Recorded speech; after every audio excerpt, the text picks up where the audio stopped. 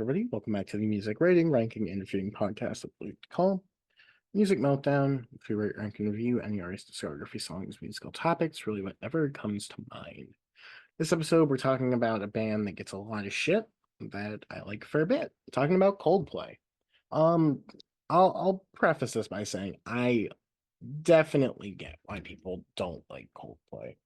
They can be kind of obnoxious. They haven't made that much in terms of really good music in over a decade now.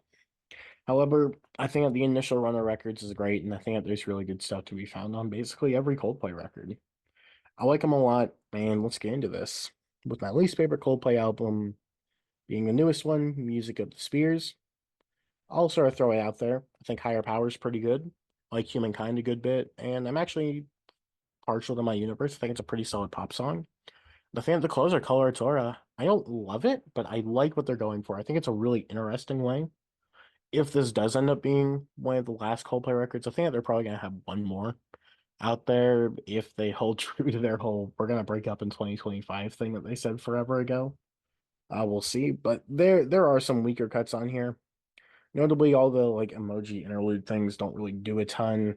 I think Selena Gomez on "Let Somebody Go" is kind of pointless. I think "Beautiful" is awful, probably the worst song in their catalog. It's a weird record. I feel like it's probably their least integral throughout everything that they did. I have it at 2.5. It's like a higher 2.5, but it's definitely pretty weak. Going up from there, I have the record Everyday Life, which is just really confusing to me. I don't really know what they're going for on this album. It's like they're trying to have a play for relevance. However, you also didn't really write the pop songs, which is what your modern fan base wants. It's pretty long, it's pretty weird, and honestly, there isn't much in terms of great tracks on here. I guess I kind of liked When I Need a Friend. I think Church isn't too bad, but there are some pretty weak cuts on here, even by later Coldplay standards. Broken's pretty bad. Guns is really weird. It's not a horrible record. I have it at 2.5. I just don't really understand what their goal was, let alone who it's for. So I don't really have much to say about that. Going up from there, I'm talking about A Head Full of Dreams. And I actually think that this album's pretty decent. I'm at 3 stars for it.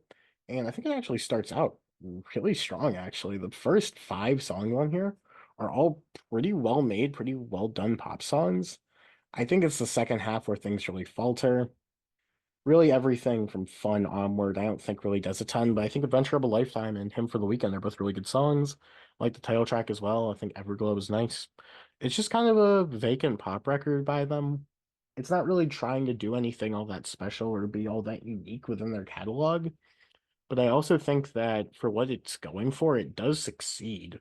So I can't really be upset at the release, but I just don't really think that as somebody who loves the early Coldplay stuff, it's hard for me to love the later period, but I also don't really get as sort of upset or as sort of betrayed as some people are.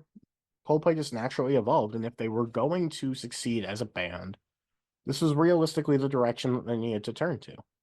And I'm not upset. I'm not like disappointed in that. It just sort of is what it is. And they got popular, and that's good for them. They're making more money, and hopefully eventually they'll put out a record after they're done with the scene. Like this is another really strong release.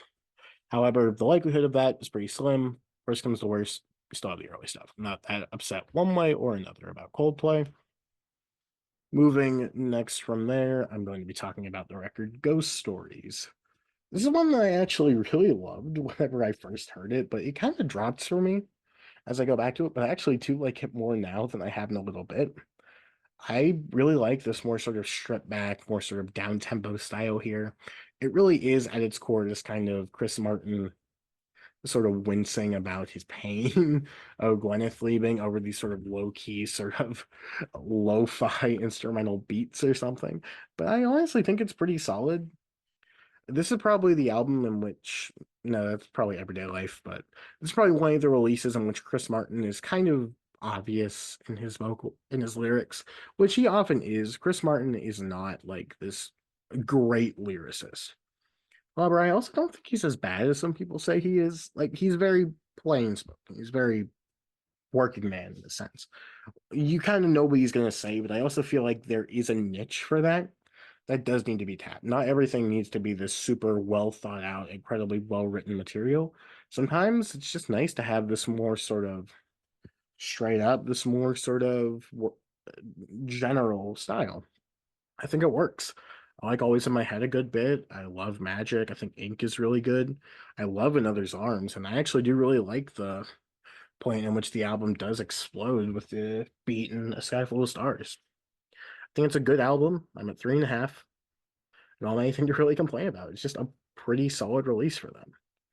Then going up from there, pretty similar story with Mylo Xyloto, in which I want to like this album more than I do because I actually really like the sound of this. And that's probably the big boon to Coldplay and why I like them as much as I do. Every Coldplay album, even if I don't love the material to it, sounds great. Like they are a consistently incredibly produced band. And I think there's a ton of really good songs on here. I like Hurts Like Heaven a lot. I think Paradise is pretty strong. I like Charlie Brown.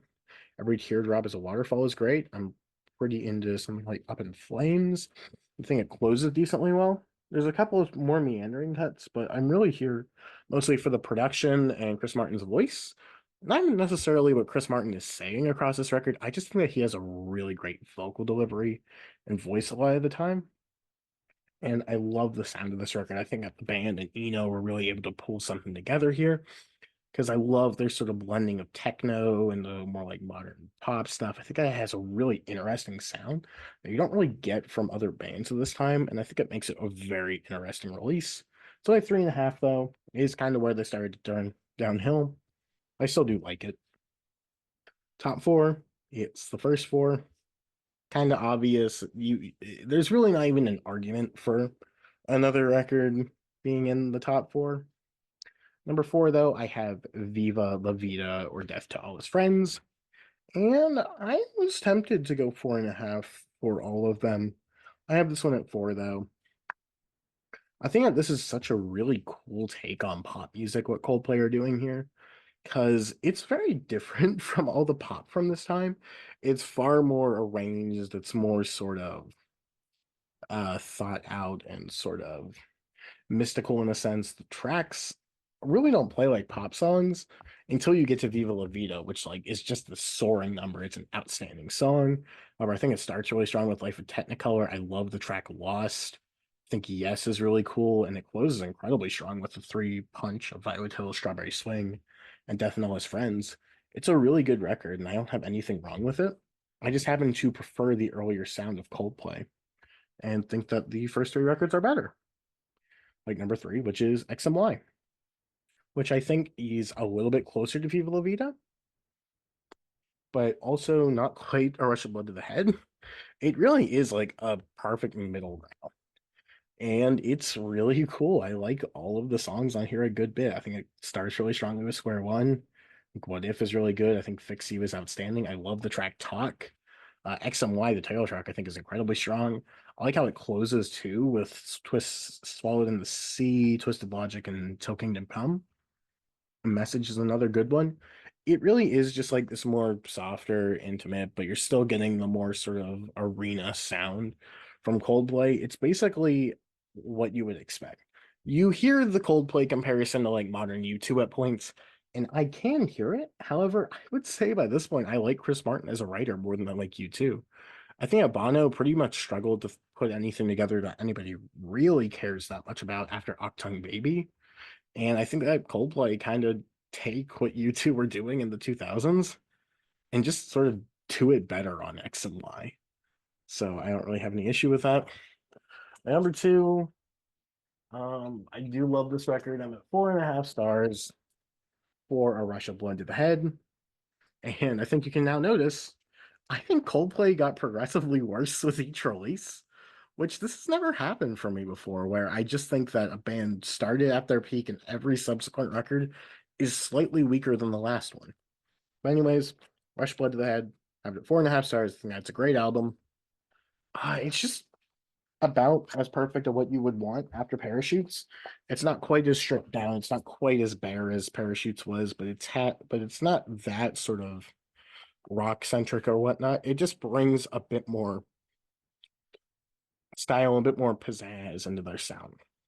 For example, and I do think that this is the best written set of material that the band ever put out. Politic is great. In My Place is a really lovely, more somber number. I love the build on God Put a Smile Upon Your Face. The piano leads in both The Scientists and Clocks are borderline iconic at this point. I've always loved A Whisper. I like the way that that song builds in the chorus a lot. Then the title track, A Rush of Blood to the Head, is outstanding. I really think that just every song on here, track for track, is incredibly, really good. They're not like outstanding or anything, and Coldplay as players aren't necessarily the best, but they're all playing really well thought out, really well constructed parts with Chris Martin's great vocals over it. And these are the best written songs that the band have, on top of just incredible production. I have nothing wrong with it. It's a great record, 4.5 stars. But my number one has pretty much always been the debut, Parachutes. I think that this is them at their most stripped back, their most sort of raw, their most gentle, and it's just them having such a cool sound across here, especially noted within the opener, Don't Panic, where it just kind of starts, which is weird, but it does. You just immediately are drawn into the sound of this record, which I think is one of the coolest productions of the aughts. It's super sort of intimate and raw in a sense, but there's a sense of beauty to all of the instrumentation that I love. I think Chris Martin, the songs on here are still very, very good, and I really have no issue with any of them. Don't Panic, as I said, is excellent. I love Shiver. Spies is a very cool song. Of course, the hit on here was Yellow, which I think is outstanding. The back half, though, something like High Speed and We Never Change are great. Really, for me, it's just a beautiful record. It's very lush. It's very sort of intimate in its style. I think Chris Martin sounds the best that he ever would on here. It really does just showcase at its core what Coldplay are. They're a very strong rock band with some really great parts and really great melodies to them, with good enough lyrics.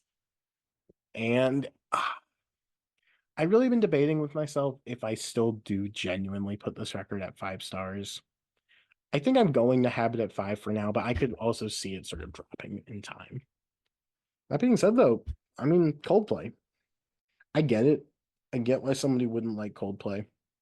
I think they're a very easy band to hate, but I just really, really enjoy them. I think pretty much every record that they put out has something noteworthy to it. There's a good song across all of them. I have very little that I would say is genuinely wrong with the Coldplay sound. And while I do understand the distaste for them and sort of like them as people, they kind of do seem a bit pretentious at points. Who cares about that though? The music's good. That's all that matters at the end of the day. That being said, though, I hope that you tell me why you hate Coldplay down below. Say my list is wrong. This is a weird one for me. I didn't really think going into this I was going to just think every record they got progressively worse. I mean, it is what it is. That being said, I hope that you all have a great one, and I will see you in the next review. Bye.